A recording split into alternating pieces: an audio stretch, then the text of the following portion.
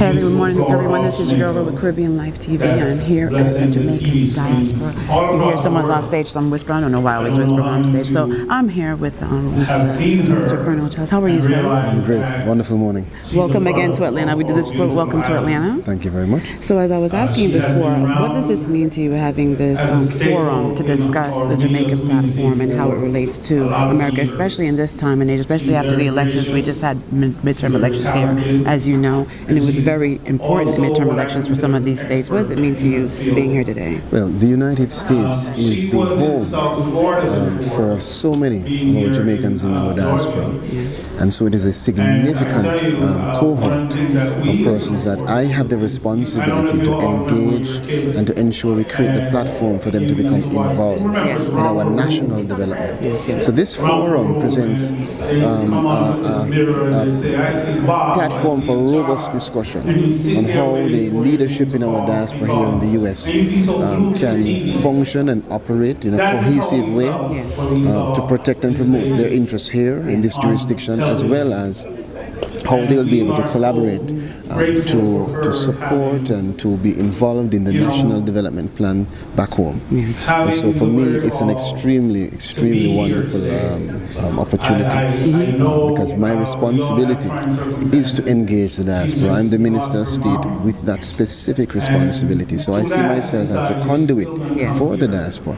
And as the Minister for the Diaspora, I could never miss this very, very important leadership conference. Yes, well, we thank you again for being here. If it's one thing that you wanted everyone to take away as a unified group to work on going forward, what would be the one thing that you say you want everyone to take with them? I think we want to redefine how we see our place in the whole strategy towards national development. Nice. And so I would want the diaspora to understand that there must be a mutuality, and there is a particular important space for the diaspora. That's carved out even in our call to action, where it is a part of the process for us to have the harnessing of the power of the diaspora as an element of Jamaica's national development plan. Nice. That's nice. Thank you so much, Minister. I'm not going to take up too much of your time. I know we're started, but thank you for sharing a little of your time with us. Thank you for being here. Thank you for igniting this conversation and this topic. And good luck. I look forward to where we're going with it. I look forward to more conversations like this and seeing you more and working with you more. So Caribbean Life TV appreciates you, and as we always say with Caribbean Life TV, live bold. And thank you to you and to all of your listeners. And Caribbean Life TV is important because you are the medium for me to get the message out. Without Caribbean Life TV, we couldn't reach all of the persons out there in the diaspora. So thank you to you for the good work that you do. Oh, thank you. We're honored. We're honored to be able to do this for everyone in our community. So thank you for allowing us to do that for you. All the best. Hey everyone, this is your girl Rosolo, and we're here with Caribbean Life TV, and I'm here with Dr. Nelson. How are you today, sir? I'm fine, thank you. Well, thank you so much for being here. We're here at the Jamaican Diaspora, and tell me what this event means to you, the Jamaican Diaspora. This event is groundbreaking. It's historic. Yes. It's galvanizing. At least that's the intention. I like that word. I like galvanizing. I like that. So when we've been talking about so much today, and the key is sort of, that's the word, galvanization. So the key is sort of, working together to sort of create a stable, a successful a foundation for our youth, right? Because that's a legacy. Our youth is our legacy. And how do you think that we can, what's the main, I asked Minister Charles what he wanted the main point to be taken out of this, this whole conversation. What's the main point that you would want people to take out of this conversation this weekend? It's I would say primarily the understanding that as a people, Jamaicans, we can come together, we can bring our differences, our factions.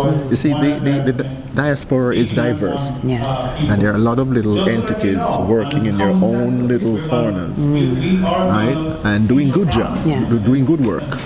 You heard about the remittances coming from the diaspora to Jamaica, and the percentage, what is it, 30-something percent of the GDP is actually tied to the diaspora. So this conference or this summit is geared towards bringing all of these factions together, acknowledging what they're doing as separate entities, but at the same time asking them to unite, on a common front in order to ascertain a more forceful, recognizable entity, oneness moving forward. The spin-off from that can be tremendous. Right. We could do so many things if we just stay focused on one goal. United we stand. United we stand. Yes. So we're here and we're listening. I listen to everyone speaking, and it's so good to see everyone gather. I mean, especially when you're from Jamaica. We do a lot of Caribbean things. We had a launch earlier this week, and we had a bunch of the communities come together. But when it's your island, the island where you were raised and where you grew up on, it makes it more passionate. So we thank all of you for coming out here, for traveling, some of you far as you have, to sort of keep focused on this. So the diaspora is traveling to different locations. So where's next for the diaspora? I'm not too sure where next this group will go. I think the culmination of this summit will tell us a lot as to what was obtained, the goals that we have accomplished, the ultimate objective, which is to bring the groups together under one umbrella. All of that will have to be analyzed, looked at, and see what more can be done. How can we tweak what has been done? Right. And how we move forward. Right. It is my hope that the Jamaican Diaspora Summit initiative could maybe one day grow into a Caribbean Diaspora Summit. Yes, absolutely. Because at the end of the day, what we need to focus on is, as a region, as a people, how well do we sell ourselves? How well do we, advertise ourselves and launch what we have on the global, the global market? That would be, in my opinion, the ultimate objective. Yes, it would. Because when you look at developing countries, they always take the good sources, the good resources from other countries that are developed and that are substantial. So if we started off and we set a standard, then it'll be able to pursue it and go on to other Caribbean islands. So that's actually a major point that we could actually carry the diaspora to the entire Caribbean. Well, as Jamaicans, we're strong. Yes, sir. Each entity has its own uniqueness about it. Yes. The crime task force is a powerful one. The education task force is a powerful one. We have the agricultural task force. So when we come together with that one focus as Jamaicans, it will speak volumes. Yes, it will. Thank you, Dr. Nelson, for your time. Thank you for sitting a little bit with Caribbean Life TV. We appreciate you. We always say live bold and here at Caribbean Life TV. So we look forward to seeing what the diaspora does from here. And we are, anything you need from Caribbean Life TV, please reach out to us. We are here at your beckoning call. Are you saying that we can lean on you guys for publicity? Of course, absolutely. Wonderful. Absolutely. Thank you, Dr. Nelson. Thank you. You're welcome. Hey everyone, this is your girl Ro with Caribbean Life TV, and we are here at the Jamaican Diaspora Convention Center. And I'm here with one. Well, you are the main organizer, aren't you, sir? No, I'm one of three actually. One of three? Yes, I'm Wayne Golding. I'm the Jamaica Diaspora Advisory Board member for the Southern United States. There are three of us here in the United States: Miss Akeelia Lawrence Maitland, who's the Northeast, and Dr. Rupert Francis, who's the West Midwest. So the three of us cover the entire United States. Wow. And tell us a little bit of how this started. What started the diaspora? What was the conversation that got you three moving and going together? Well, this particular conference was started because as Diaspora Advisory Board members, every 2 years we try and put on a conference in our different regions. And we decided, what happens in the Midwest or happens in the South or happens in the North, it's the same thing that happens all over. So absolutely. We decided to consolidate our efforts to address certain issues and really to bring us together beyond the point of just concentrating about what we can do just to help Jamaica.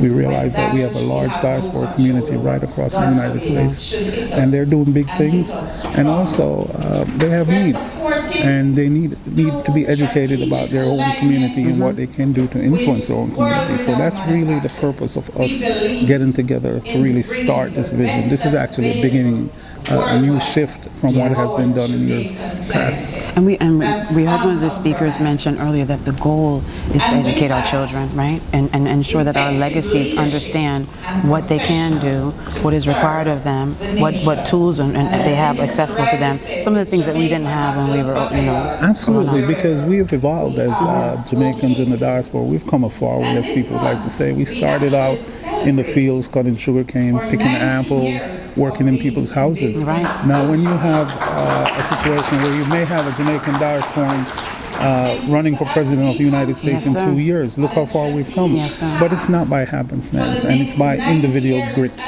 So we want to make sure that as a group, we now understand that we have that opportunity, and the way has been paved. Mm-hmm. So we need to take advantage of that, but we need to get more organized like others have done in the United States. As I mentioned several times, Hispanics, look at how they've Yes. progressed over the years.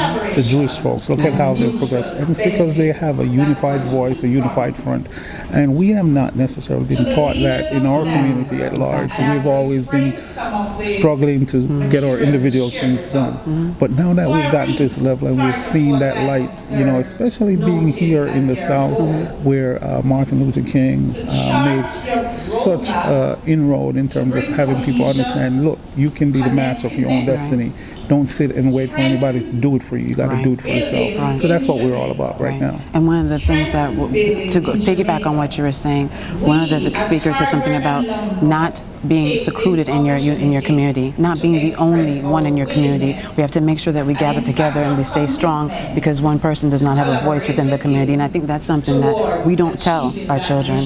We tell them go off into the community where the education is better, where the schools are a little better. But the key is that we do need to stick together. We have Donna McLeod now here in Georgia, who is representative of the House District. So we have things stirring in the Caribbean community, the Jamaican community specifically here in Atlanta, in New York, and throughout the United States. So congratulations, Thank you and so much. thank you for setting the foundation and the platform for And this. I'll tell you what, one of the things we do recognize is that information is the key. Yes. Marcus Garvey, who started this movement so many years ago, was able to galvanize between 2.5 and 4 million people, and he did not have internet, he did not have TV, Yes. he did not have Yes. access to radio. But guess what?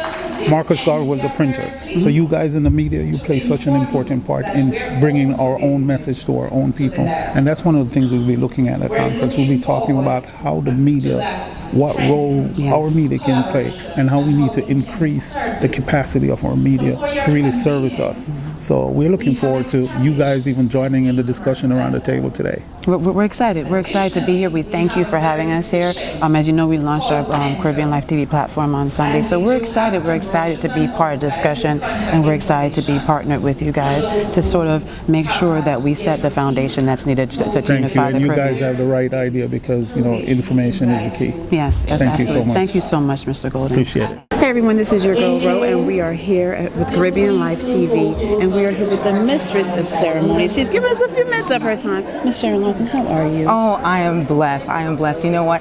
I was wondering if I could actually make it here because my mother passed away last week. I'm so sorry But to hear I that. said, you know what? Thank you so much. But because she's made me the person who I am today, I said I have to be here and honor her memory and be here with my fellow Jamaicans. Thank you so much. Our condolences to you and Thank your family and your you. loss and Thank prayers. you. But thank you. That means even more to us that you're here. So I'm not going to take. I know you have tons of things to do today. So what does this mean to you, having this forum, this platform here in Atlanta, where you are part of the media and part of the platform, and one of the icons of media here? What does it mean to you have this kind of? It means a lot because no matter where we are, we have to realize that we have to continue to build Jamaica, no matter where we are. So it was like Minister Charles says, that we have to come together, inspire, empower, and really build Jamaica, no matter where you are on this planet. So even though I am here in Georgia, I'm still going to do what I have to do in order to make sure that sweet Jamaica continues to grow and continues to flourish and make it the country that it needs to be, and for the rest of the world to see for our future generations. Yes. And one of the things that Mr. Golding and I were speaking about is creating a platform starting in Jamaica and having this diaspora and creating it for the rest of the Caribbean community. So we hope to take the unity that we're starting here in Jamaica and spreading it throughout the Caribbean community. So being from Jamaica and you know, with everything happening and the politics and everything that we went through, speak to our youth. Speak to our youth, our young women. You know what? It's difficult, I think, when they look out and they see what's going on. And this particular climate, there's so much decisiveness, there's so much negativity, but we have to, you know what? When our former First Lady said, when they go low, we go high, and that's what we have to do. So I would encourage and inspire our next generation to really come together collectively, no matter where you are, and let's continue to build each other up. Yes, I agree. Thank you so much for your time. Thank you for having us part of the platform, Caribbean Life TV. We're so excited. We're going to reach out to you, and we're happy to partner with Diaspora and look at where it's going from now on. Thank you to Jackie and everyone that had us out here, and thank you for your time. And remember, if you're here, you have to watch Good Day Atlanta. Absolutely. 4:30 to 10, Monday through Friday. And she's a Jamaican! Yadi and the host, thank you so much. Caribbean Live TV, live bold. Hey everyone, this is your girl, Ro. We are back. No, Dr. Brian, we've got this. We've got this. Dr. Brian's holding it for me. So we're here. We're here at the Jamaican Diaspora Advisory Board.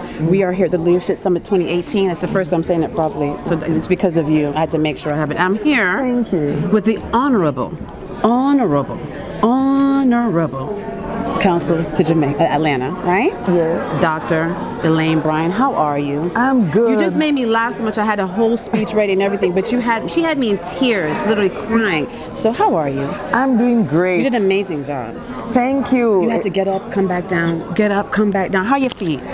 I always wear comfortable shoe. I always learn how to do this and be prepared.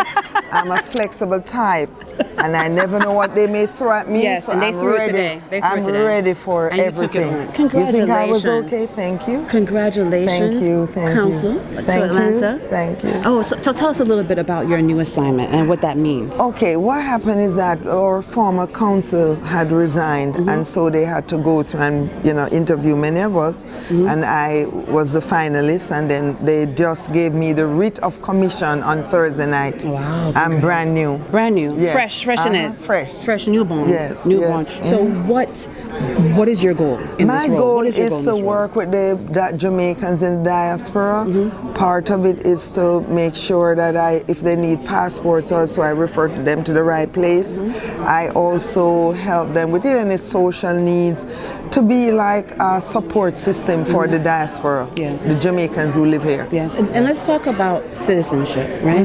One of the main things that, and we've been hearing the conversation over and over again, that we come here, and I was born here in the States, so I can't say, we come here, with the Caribbean come here, and we work, and we don't gain our citizenship. So what's the point? You can't vote, you can't do certain things, and you've worked here for so long, and lived here for so long, and you can't do certain things that establish you as a citizen. You can have dual citizenship. Yes. So tell us about that and tell people why it's so important to become a citizen. It's very important to participate in the new territory where we reside.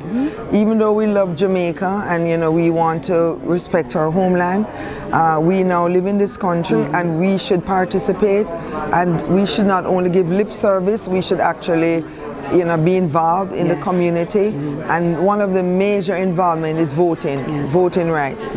So we should be prepared. Preparation is the secret to success. And if we didn't see that, we saw that in the past elections, in the past midterms. So this is an excellent platform for us to realize that we need to start. And we're starting here today in Atlanta, and we're going to take it across the seas, and we're hopefully going to spread across the whole Caribbean, right? Yes. So Dr. Bryant, congratulations on your post. Thank you, thank you. And we look forward.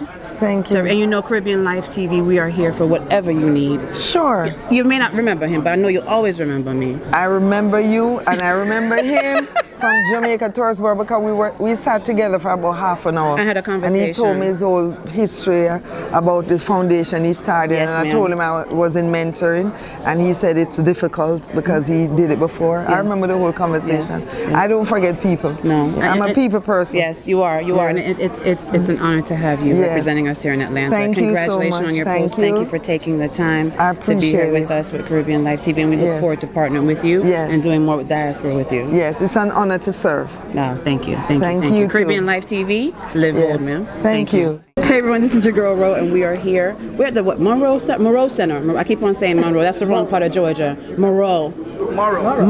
Is that how you pronounce it? Morrow, Georgia. Oh, like tomorrow? Morrow, Georgia. You see, I act goofy on camera too. So I'm here with Mr. Marlon Willie. Is that right? That is correct. So yes. explain to everybody. Lawrence wouldn't tell me who you were. He said you were going to introduce yourself. So you sound very important. I'm kind of nervous. And I'm glad he feels that way.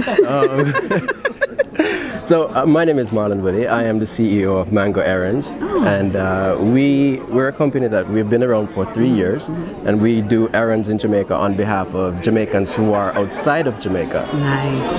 But we've had a number of issues that customers complain about, which is that whenever they send money to Jamaica, to relatives or friends, to do some things, sometimes it doesn't yes. Reach. So let me just put it that way. It doesn't do what it's not intended to do.